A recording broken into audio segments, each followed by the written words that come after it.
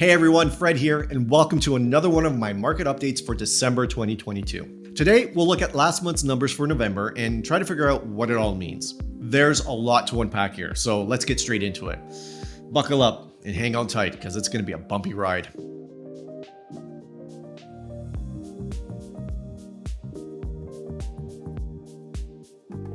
Basically, November was a dismal month, but there are still positives to highlight in all this, and I'll get to that at the end of this video. But for now, let's start with the actual numbers for November. In a nutshell, the market is in a rapid decline. But before you say it, you know, the bad word everyone's throwing around lately. No, it's not. It's not crashing just yet.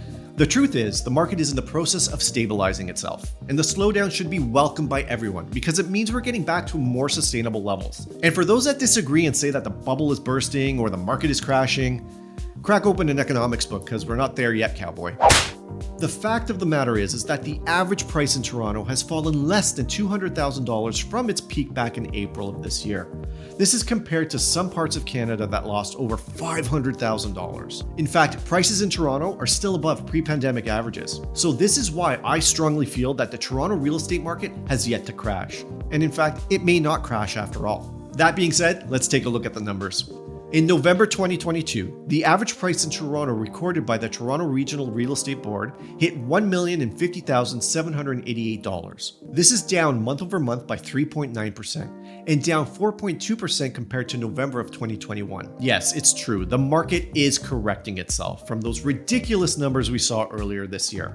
And as I mentioned in my last market update, 2021 was an extraordinary year where pent-up buyer demand inflated prices. So I actually prefer to compare 2022 to 2020 when things made more sense. So compared to 2020, the average price in Toronto was up 7.3%, which indicates that demand is still strong in Toronto. So despite the slowdown, along with escalating interest rates, homeowners are still in positive equity territory compared to pre-pandemic prices. Now let's look at new listings as well as number of sales.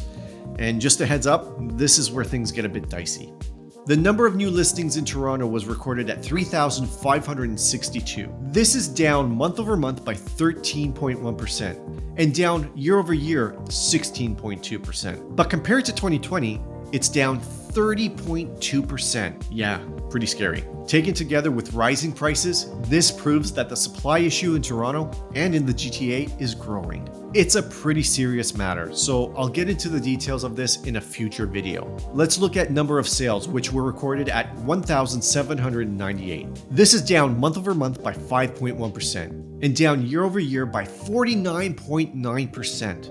Just as concerning, it's down 40.7% compared to November of 2020. So basically, buyers are still on the sidelines waiting out this uncertain period. Now, let's dig a little deeper and look at the numbers based on housing type. The average price of a detached home in Toronto was recorded at $1,560,548. This is down month over month by 3% and down by 13.7% when compared to November of 2021. But compared to 2020, it's up 5.6%. The number of detached homes sold reached 542 in this segment, down 9.5% month over month and 41% year over year, and down 41.9% from 2020.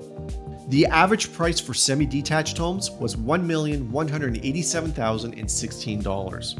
This is down 2.7% month over month and down 17.1% compared to November of last year. But when compared to 2020, it's up 2.2%. There were 169 semi-detached homes sold in November, down 15.9% month over month and down 40.3% year over year. And when compared to 2020, it is down nearly 50%.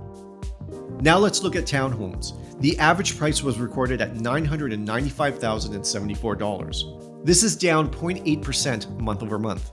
And, well, wait a minute, it's up 1.4% from 2021. As well, it's up 21.4% compared to 2020. Remember last month when I said we'd keep an eye on townhome prices? People living in condos who realize they need more space are now leaning more towards townhomes rather than detached homes. And it'll be interesting to see if this trend continues. So we'll keep an eye on this as we move forward. Well, wouldn't you know, despite all the red across the board, it's the only segment where the average price is still in positive territory year over year. Yeah, I called it. And if you want to know why I feel this segment is outperforming the rest, you'll want to watch last month's update. I'll link it above and in the comments below. With regards to the number of sales, townhomes suffered just like the rest of them. There were 178 sales in November, down 3.8% month over month and 53.3% year over year. And it was also down 50.8% from 2020.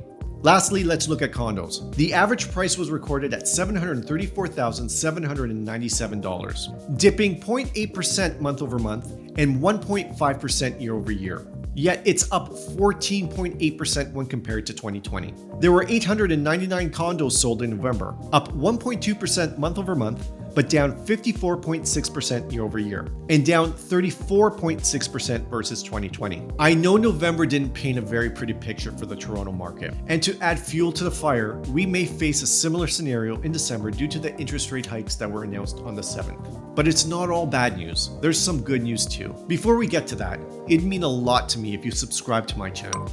If you want to stay up to date with the Toronto real estate market, then hit that subscribe button. And while you're at it, why not like and comment on this video? This will help my content get out to like-minded people who are interested in learning more about the Toronto real estate market. And as a bonus, if you subscribe, you'll be automatically entered into my Race to 1000 giveaway, where one lucky winner will win this thing, a Google speaker.